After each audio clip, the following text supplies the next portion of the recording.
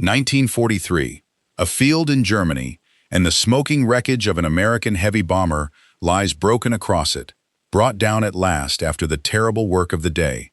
And German airmen and technical investigators come to examine it, to pick through the wreck of the great four-engine machine that had come so far to bomb them, and to learn what they can from its ruined body.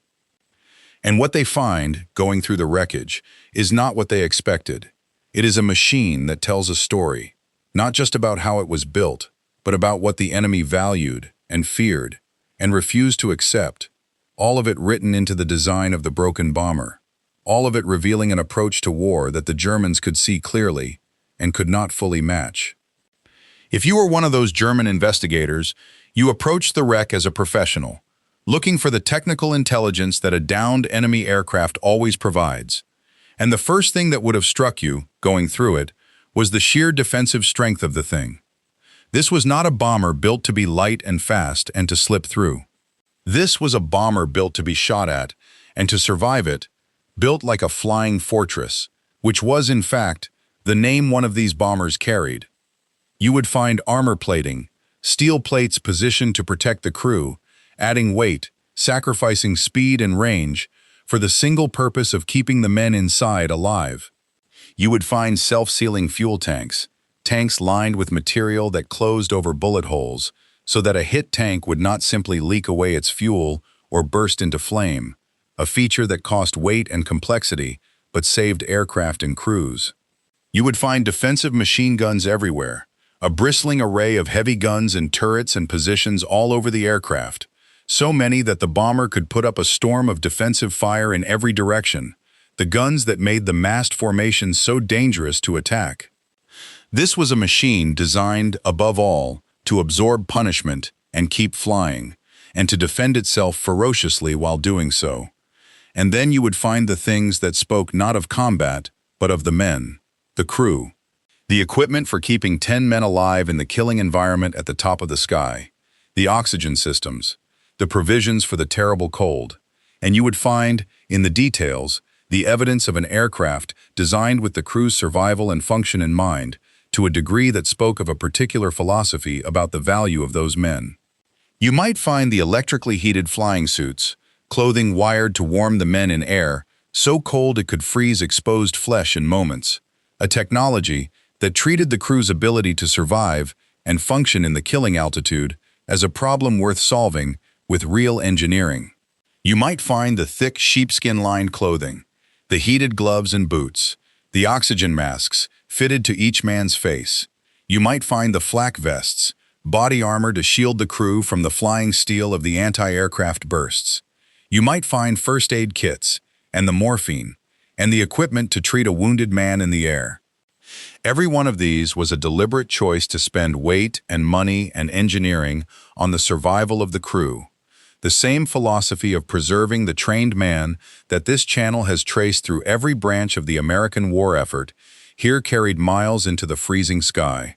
And somewhere in the wreck, if it had not been destroyed or removed, you might find the thing you most wanted, the secret heart of the American bombing effort, the device the Americans guarded most jealously, the bomb sight, the sophisticated instrument that was supposed to let the bomber place its bombs with precision, one of the war's most closely held technological secrets.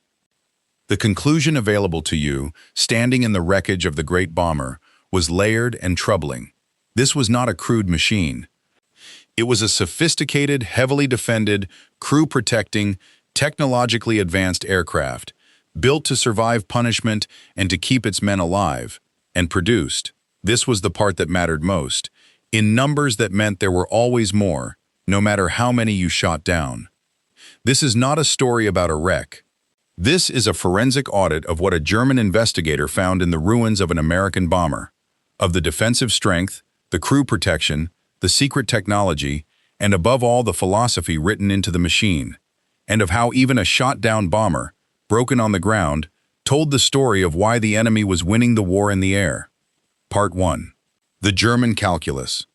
To understand what the German investigator made of the bomber, you have to understand the German position in the air war and the German approach to aircraft, because the contrast between the two philosophies is the whole story. The German Air Force was built primarily around a different concept than the American strategic bomber. The German emphasis was on tactical air power, fighters and dive bombers, and medium bombers supporting the army, winning air superiority over the battlefield, striking close targets in support of ground operations. The German Air Force was very good at this, and in the early war it was devastatingly effective.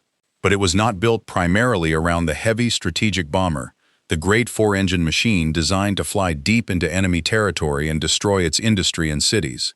Germany had experimented with heavy bombers, but had never fully committed to building a strategic bomber force on the scale the Americans and British did. So the German investigator examining the American heavy bomber was, in a sense, examining a type of weapon that his own Air Force had chosen not to build in quantity, a strategic bomber, designed for a kind of war that Germany was not primarily fighting in the air. And this shaped his reaction, because he was seeing the full commitment of an enemy who had bet enormously on strategic bombing, and had built the aircraft to pursue it. And when he looked at how the bomber was built, he saw choices that reflected a particular philosophy and a particular abundance. The armor, the self-sealing tanks, the heavy defensive armament, the crew protection features, all of these added weight, and weight is the enemy of aircraft performance. Every pound of armor is a pound that must be lifted, that costs speed and range and altitude and fuel. A designer choosing to add all this protective weight is making a deliberate trade, sacrificing performance for survivability, betting that a bomber that is slower but tougher, that can absorb punishment and keep flying and bring its crew home, is worth more than a lighter, faster, more fragile one. And this trade was one that American industrial abundance made possible. You can afford to build heavy protection-laden bombers, sacrificing efficiency for survivability, if you have the industrial capacity to build them in enormous numbers and the resources to fuel and fly them despite their weight. A resource-strapped Air Force might have to build lighter, more efficient aircraft, unable to afford the luxury of all that protective weight. The American bomber's heavy protection was, in part, an expression of the abundance that let the Americans prioritize crew survival and durability over raw efficiency. And here is the German calculus, and the difficulty at the heart of it. The German Air Force, facing the American bombers, had to stop them, had to shoot them down in numbers great enough to make the bombing campaign unsustainable. And the bomber the German investigator was examining was designed specifically to make that as hard as possible. Heavily armored, self-sealing, bristling with defensive guns, flying in massed formations that concentrated their defensive fire, built to absorb punishment and keep flying. Shooting these bombers down was difficult and costly, precisely because they were built to survive being shot at. And even when the Germans did shoot them down, even when they inflicted terrible losses as they did, there were always more, because American industry produced them faster than the Germans could destroy them. That is the German calculus. An air force built around tactical air power rather than strategic bombing, now facing an enemy strategic bomber designed specifically for survivability and mass production, heavily protected, well-armed, crew-preserving, and produced in numbers that meant destroying them, however many were destroyed, was never enough. The wreck the investigator stood in was one bomber shot down. Behind it were thousands more. Now let us look more closely at what the wreck revealed. Part 2. The American Answer. The American heavy bomber was the physical embodiment of a strategic choice and a set of design philosophies, and the German investigator picking through the wreck was reading all of them in the ruined machine. Consider first the commitment to strategic bombing itself. The bomber represented an enormous investment. The Americans built these great four-engine machines in huge numbers, at vast expense, and crewed them with hundreds of thousands of highly trained men, betting that strategic bombing could cripple the enemy's ability to wage war. This was a strategic decision of the first magnitude, and the bomber was its instrument. The wreck was a piece of that strategy, made metal. Consider next the design philosophy of survivability.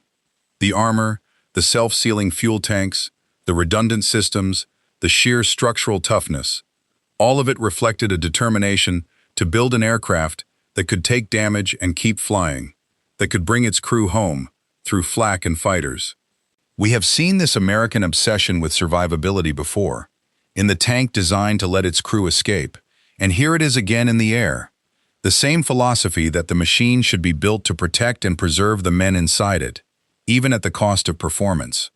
The bomber was, among other things, a system for keeping its 10-man crew alive in the most dangerous place in the sky. Consider the defensive armament, the bristling array of heavy machine guns that gave the bomber its ferocious defensive capability. The American daylight bombing doctrine had originally bet that massed formations of these heavily armed bombers could defend themselves against fighters through concentrated defensive fire. This bet, as we have discussed in earlier audits, proved tragically insufficient against determined fighter attack until long-range escort fighters arrived. But the defensive armament was real and formidable, and it made attacking the bombers a dangerous business, and the German investigator, who knew exactly how dangerous, was looking at the guns that had killed many of his comrades. Consider the crew support systems, the oxygen, the provisions against the cold, the equipment that let 10 men function at the top of the sky. We examined, in the audit on high-altitude flight, the enormous challenge of keeping men alive and working at extreme altitude, and the bomber was full of the systems that met that challenge. The German investigator was seeing the physical apparatus of high-altitude survival, the equipment that let the Americans operate where they did. And consider the technology, and above all the bomb sight, the precision instrument at the secret heart of the American bombing effort. The Americans had invested enormously in a sophisticated bomb sight that was supposed to allow precise bombing from high altitude, and it was one of their most closely guarded secrets, so secret that crews were sworn to protect it and, in principle, to destroy it rather than let it fall into enemy hands intact.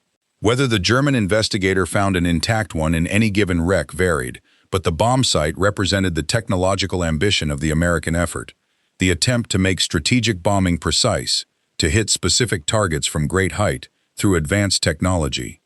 Now, we have to be honest, as this channel always is, about the American bombing campaign, because it is a subject that demands honesty. The dream of precision bombing, embodied in the secret bomb sight, was only partly realized. Bombing from high altitude in combat conditions was far less precise than the technology promised, and the strategic bombing campaign caused enormous destruction, including to civilian populations, and its morality and effectiveness have been debated ever since. This is a genuinely difficult part of the history, and it should not be glossed over. The bomber in the wreck was an instrument of a campaign that killed many people, including civilians, and an honest account must acknowledge the terrible weight of that. But for our specific purpose, understanding what the German investigator learned from the wreck, the point is what the bomber revealed about the enemy's capabilities and philosophy. And what it revealed was an enemy who had committed enormously to strategic bombing, who built sophisticated and heavily protected aircraft designed to survive and to preserve their crews, who invested in advanced technology, and who produced these complex machines in numbers so vast that shooting them down, however many were shot down, was never enough. The wreck was one bomber. The capability it represented was inexhaustible. Part 3. The River of Steel. The wreck of the bomber connects to the themes of this channel in ways that go beyond the aircraft itself, and the German investigator, if he thought about what he was seeing, was confronting the whole shape of the war. It connects first to the theme of production and numbers. The single most important thing about the American bomber was not any feature of its design, but the fact that there were so many of them. The Americans built these complex, expensive four-engine machines in enormous numbers and crewed them and replaced their losses and kept coming. We saw in the audit on the bombers that kept flying home the tragic arithmetic of the bombing campaign, the terrible losses, and the American ability to absorb them and continue. The wreck the investigator stood in was one bomber destroyed, and the destruction of that bomber had cost German effort and German pilots and German aircraft, and it did not matter, because there were always more American bombers. The numbers were the decisive fact, and the numbers were a function of American industrial capacity. It connects to the theme of crew preservation and the value of the trained man. The bomber's survivability features, The armor, the self-sealing tanks, and its crew support systems reflected the American determination to preserve the highly trained crews, who were an enormous investment. We have seen this valuation of the trained man throughout the series, and the bomber embodied it in the air. The German investigator, whose own air force was losing its trained men at a catastrophic rate, with no adequate system for preserving or replacing them, was looking at an enemy who built survivability into his aircraft precisely to preserve the men he had invested so much in training. It connects to the theme of technological ambition and industrial capacity. The bomber, with its advanced systems and its secret bomb site, represented the American attempt to apply sophisticated technology to war at industrial scale. The same marriage of technology and mass production that we have seen in the proximity fuse and the other technological achievements. The bomber was a flying expression of American technological industrial power. And it connects to the deepest theme of all, that the war in the air, like the war on the ground, was decided not by the individual machine, but by the whole system behind it. The German investigator could examine the bomber and identify its features, its strengths and weaknesses, and German engineers could understand it completely. But understanding the machine did not help, because the thing that made the American bombing campaign unstoppable was not the individual bomber. It was the system that produced bombers in inexhaustible numbers, crewed them with a steady stream of trained men, escorted them eventually with long-range fighters, and kept coming, month after month, absorbing terrible losses and continuing regardless. The wreck was a machine the Germans could understand. The system behind it was something they could not match. The German investigator, standing in the wreckage of the great bomber, was looking at a machine he could analyze completely and an enemy he could not defeat, because the bomber was one of thousands, and behind the thousands was an industrial and human system of a scale that made the destruction of any individual bomber, however costly to achieve, ultimately meaningless. Part 4. The German realization. The realization that came to the German investigators, and through them to the German Air Command, was one of the most sobering of the war, because the air war over Germany was, for a time, one of the few places where the Germans could inflict enormous losses on the Americans and still, in the end, lose. The immediate realization from examining the wreck was technical. The bomber was a sophisticated, heavily protected, well-armed machine, difficult to shoot down, built to survive punishment and preserve its crew. This confirmed what German fighter pilots knew from bitter experience, that attacking these bombers, especially in their massed formations, was dangerous and costly, and that bringing them down required great effort and skill and sacrifice. The deeper realization was about numbers, and it was crushing. The Germans could shoot down American bombers, and they did, in large numbers, inflicting losses that at times were nearly unsustainable for the Americans, as we saw in the audits on the bombing campaign. But no matter how many they shot down, more came. The American industrial capacity produced bombers faster than the Germans could destroy them, and produced and trained crews to replace the terrible losses, and the campaign continued regardless of the price. The German investigator standing in one wreck knew that there were thousands more bombers where that one had come from, and that the effort required to bring down each one was effort the Germans could not sustain indefinitely, while the Americans could sustain their losses and continue. And the deepest realization was the strategic one, and it was the recognition of a fundamental asymmetry that the Germans could not overcome.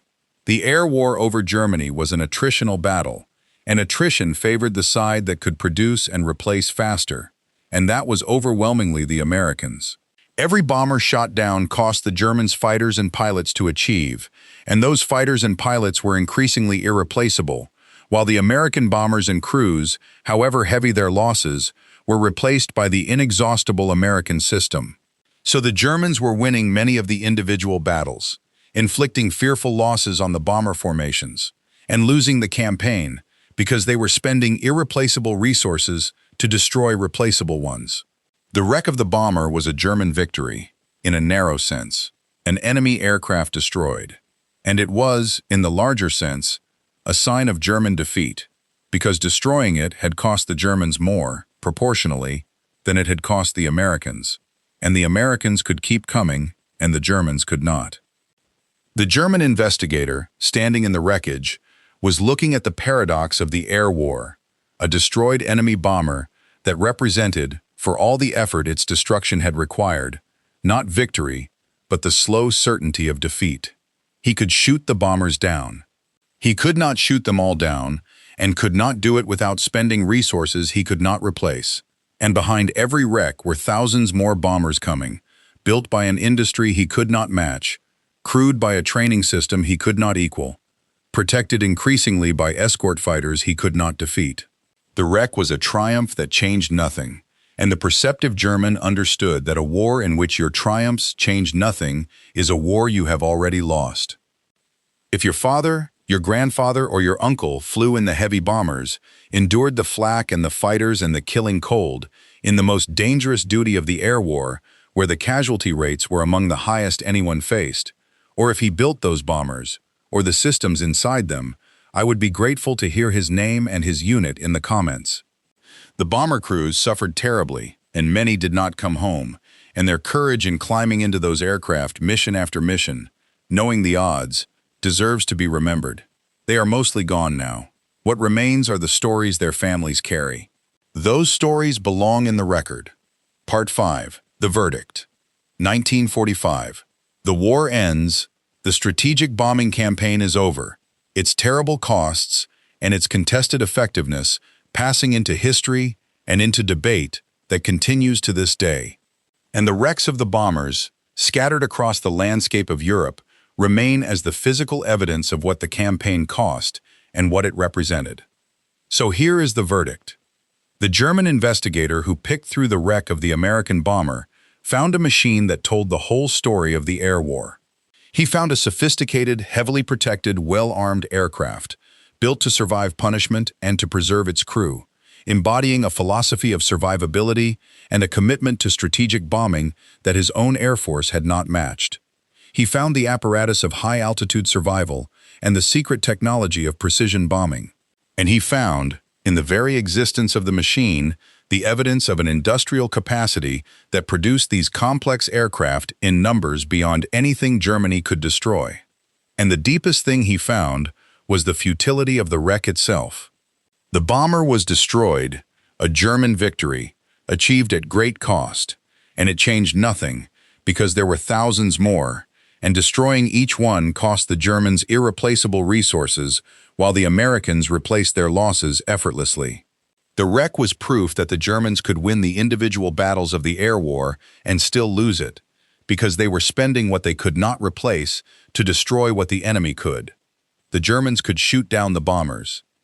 The Americans could build more bombers, and train more crews, and keep coming, absorbing losses that would have broken a lesser industrial power, until the sheer inexhaustible weight of their production and their persistence wore the German defenses down and won command of the sky.